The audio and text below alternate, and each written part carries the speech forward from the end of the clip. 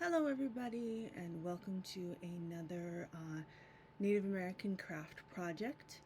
We are going to be building our own bark houses. So this is a Miwok style bark house, and these were homes not used just by the Miwok people, but by many different groups of people, including the Maidu, which will be doing a kind of ceremonial rattle as our next craft. But many people throughout Northern California use this style of house. I know it looks like a teepee. It's not a teepee because they use different materials to make it. But this kind of triangular cone design is really efficient. So this was the kind of home that Miwok and other peoples used during the summer when it was warm. And they had a different style of home that they used during the winter that was actually partially underground because it's warmer down there. But we are going to learn more about the Miwok people as I talk. So in the beginning, what are we going to need for this project? So things I recommend to have. You're going to need a piece of cardboard or thick paper. This is brown cardstock. Okay, you're going to need some clay. I use terracotta colored clay. So it's in a big container. You don't need a whole lot. You only need like a ball of it. And it turns your hands funny color, so you may need to wash your hands. You're going to need some wooden dowels that have been cut down in size. These are wooden dowels. They're kind of thick. Be careful. The ends might be a little sharp, hopefully not. You're going to need some yarn or twine, a pretty long string of it. This is twine that I have. You're going to need your bark, and so I have different kinds of craft sticks, popsicle sticks, in different shapes. You can use all the same shape if you wish. You're going to need some different brown markers or crayons to make our bark look a little more bark-like. Okay, you can even do other colors, but I'm going to go with brown. So if you can see in this, we used a bunch of different colors of brown in. Okay, and so to start off with, we're going to mimic the way a lot of people's made bark houses, which was actually to dig out a little bit of a depression in the ground, not huge. For winter homes, a lot of Native peoples in California and throughout the Americas actually dug in the spring. They would actually prepare their winter homes early on in the year. In the spring was actually the easiest time to dig. So they would dig 4 feet down, and if you've ever dug a hole, that's a lot of digging. So it would take a lot. Often they built very large winter homes where several families would use the winter home at the same time. And it would be underground, and everyone would be together because it was warmer. The more people that were in a home, the warmer it was. Okay, but so they would dig down and they would make a house out of bark for the walls that they would put against the edges of the hole, and then they would mound mud up over it and sometimes straw and branches, and it would be quite a warm winter lodge. And again, they can be quite large because multiple families would live in them, and they'd bring in all their supplies. Sometimes animals, not usually, and it would be quite warm in there for the winter. But in the summer, it didn't need to be quite so warm. It's pretty warm here in the summer, sometimes too warm. And so they would build this style of house. It was much more easy to erect. It doesn't have to last like year after year. And it was pretty transportable even if need be. People then did not grow food as agriculture. They didn't plant crops. They knew where good things grew and they went back to those places year after year. They would even do things to make sure that crops would grow better. They would actually set very controlled small fires that actually helped plants grow better. Fire is a tool. It can be terrible and be a huge wildfire, or it can be a tool to actually make plants grow better. It's all how you use it. So now we've got sort of a circle, and this is going to make it easier for us to put our bark house together. So now that you've got your circle, I've made the edges a little bit higher, if you can see that. It's a little bit raised up. And we're going to put our dowels in. That's the main support structure. I'm going to show you a picture here of what like a house that's partially under construction might look like. Often their bark houses, the interior was more curved than we can do with these dowels. But you know, we do what we can with what we have, and this is what I can, this is what I could find. So we're going to have 4 poles, and you may want to use your clay around the bottoms of them to let it sort of be a little more stable, because it's otherwise it's going to fall down on you. Okay, so we're going to have 4 pieces, 4 dowels, and that's going to be the main structure of our bark house. Okay, so we've got 4 like that, and you might need help. You might need to help each other with this, because you may need one person to hold it while the other person ties. So especially if you have one person who's better than tying knots than another. So you're going to take the very end of your string or twine, and you're going to tie a knot at the top where all 4 of your dowels meet. Okay, and you notice suddenly, oh, it's stable now. Whew. Okay, and this is exactly what Native people did. They used not twine, but willow branches, or thin branches from smaller trees and bushes. And they would use those to basically weave the walls of their bark house. So what I want you to do is pick a section for the door, okay? So we've got 4 holes here. I'm picking this front section here, this is actually the biggest one, as the entrance, the door. So I don't want to cover the bottom part of the door. But we're going to take our thread, it could be, again, could be twine or yarn or really any flexible thing. And we're going to weave it just kind of like we wove our baskets, in and out of these pieces, and it may take a little while. Now I am going to, at the very top, so what I'm actually doing is wrapping all the way around a dowel and then crossing it. So I am going to put one piece at the top of the door, because it helps later on. But from now on, I am not putting anything else under this part. And I'm just wrapping this around the rest. So I'm going to wrap around the outside of the dowel. Okay, and then go to the next one and wrap it around. Go to the next one, wrap it around. And we don't want to cross the doorway, so we're going to go back this way. Okay, and so just keep on working on that. And again, you want to have a lot of support to rest all of your bark, your craft sticks, your popsicle sticks onto. So remember, do 3 walls, and then don't do that last one. If you do, it's not the end of the world, but it's just going to make it you're not going to be able to get into your bark house. So it would be pretty hard to live in a house with no door. What would you do? Would you come in through the top? You know, it's always important to actually have a little bit of a hole at the top, because sometimes people would actually have a fire in here if it was a cold night. Not usually in a bark house. That was when a longhouse or a large lodge was built. Then there would be a big hole in the top to allow out any smoke from a fire.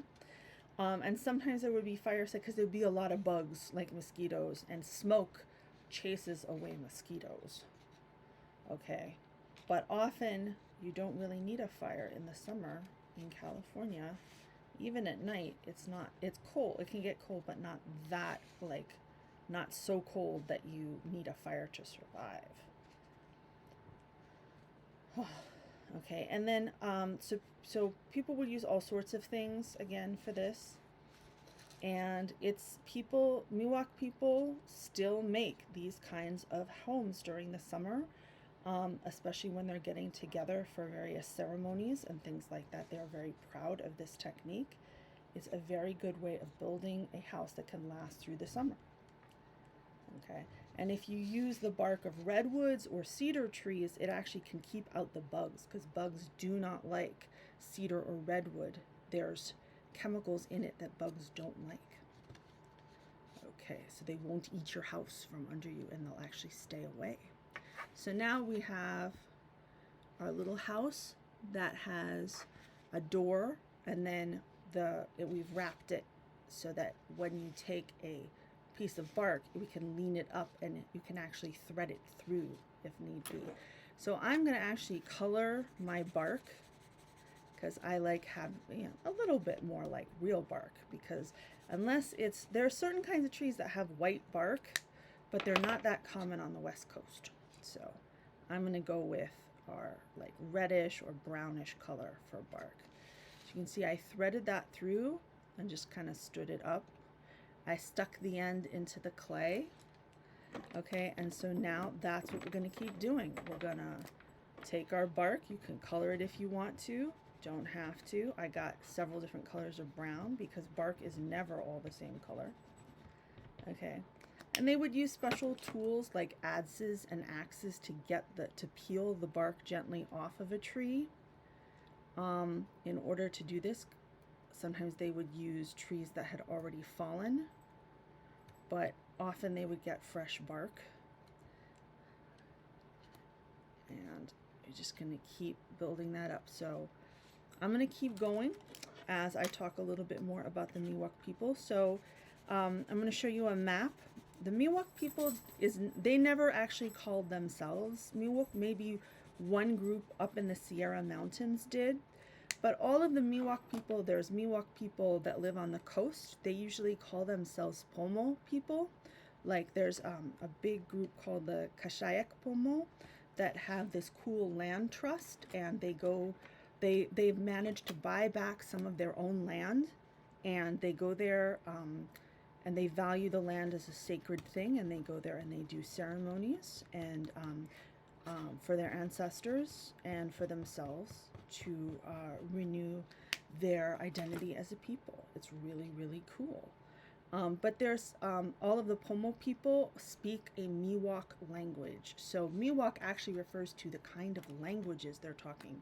Just like when we talked about the Ohlone people, there are lots of different Ohlone languages and lots of different Ohlone people, but we call all the people who spoke languages that were closely related as Ohlone people. And their cultures were fairly similar too, but mostly we identify these nations by language groups because we figure if you speak a similar language, it all fell over. Oh no, we can save it. We can save it. Okay, don't push too hard, or that's what happens. So be careful with your bark house. Okay, so Miwok people, there were Miwok people up in the mountains. In fact, the people who lived in Yosemite, they did not call it Yosemite, by the way. They called it Ahwahnee, and they were called the Ahwahneechee Nation, but they were a Miwok-speaking people. Okay, so in Yosemite, up in the Sierra Nevada mountains, there were lots of Miwok people, and sometimes they were Miwok, Miwok, Miwok. There's lots of ways of spelling it, but we usually spell it the way you'll see on the map. There were Central Plains Miwok people that lived in like the Central Valley, and they had different ways of getting food and living than people in the mountains because it wasn't as cold there. In fact, sometimes it was very, very hot. And then you have the coastal Miwok people, or the Pomo people, and there was also the lake Miwok people, also called Pomo, and they lived near Clear Lake, which is a big lake north of the Bay Area. And they lived all throughout Marin County and Napa County. So the whole north of the Bay Area was Miwok territory. Okay, and so, but in the summer, most Miwok people, both on the coast, in the coast, in the plains, by lakes, this was a very common type of way to build homes. Okay, and I'm actually going to do one, if I can do this without knocking the whole thing over. I'm going to do one just to cover up like the very top of the door. It doesn't want to. It doesn't want to. Okay, there. Stop. So like that. So just keep on trucking with your pieces. It may take a little while. And you don't necessarily have to thread all of them through our twine or string. You can just sort of rest them on the outside. But I will say that it usually works better if at least some of it is like threaded through. I think it's a little more stable that way. And you know, it's okay if you keep tweaking it and you keep moving stuff. And it takes layers and layers, and eventually you may actually want to get some glue. I have glue here, and I actually glued the top of my house just to make sure that all the bark didn't like fall over at the end. But I didn't really start gluing until I had a few more layers. So I'm going to do a couple more here. And so while I'm doing this, you can see some more pictures of different Miwok people. There are still lots of Miwok nations. Now, what's interesting is in other places in the country, Native American peoples, they have a certain amount of what's called sovereignty, which means they can control some of their own laws. And these areas are known as reservations. There's some problems with that term, but that is legally what they are known as, except in California, where these kinds of special places that are controlled by Native American nations or Native American tribes are referred to as rancherias or rancherias, because the first Europeans in the area spoke Spanish, and so there's a lot of Spanish terms that are used to refer to Native peoples in California. And so we still call the areas, so there's lots of places that are called like, Cache Creek Rancheria. There's just tons and tons of rancherias. I think there's about 11 recognized Miwok nations that have rancherias that are federally recognized. These places are actually allowed to have casinos, and that helps the tribe make money. And then there are lots of other groups that are still trying to be recognized by the federal government. And I wish them luck. It's not an easy process. Peek. Brown, not red. Though you can do red if you want to. It's your house. And this skill of making bark houses is really highly valued among Miwok and Maidu and other peoples. And again, people still do this. Groups of Maidu and Miwok people still make bark houses for ceremonial purposes. And think of it as, to some extent, going camping, but with a lot more weight and pride in their identity as a people. So you can keep layering this and have lots of layers so there's no holes in it. As you can see out through the back of mine.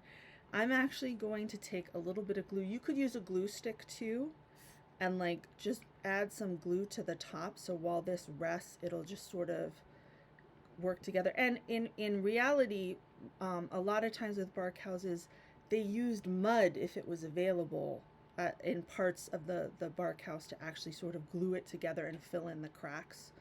So using glue is not like totally crazy to do. So it's gonna be drippy, but that's okay. So good job, guys. I hope you have fun with this activity and learning a little more about the Miwok people that are all across California. Okay, so good job on your bark house. I look forward to seeing some pictures of what your bark houses look like. Bye.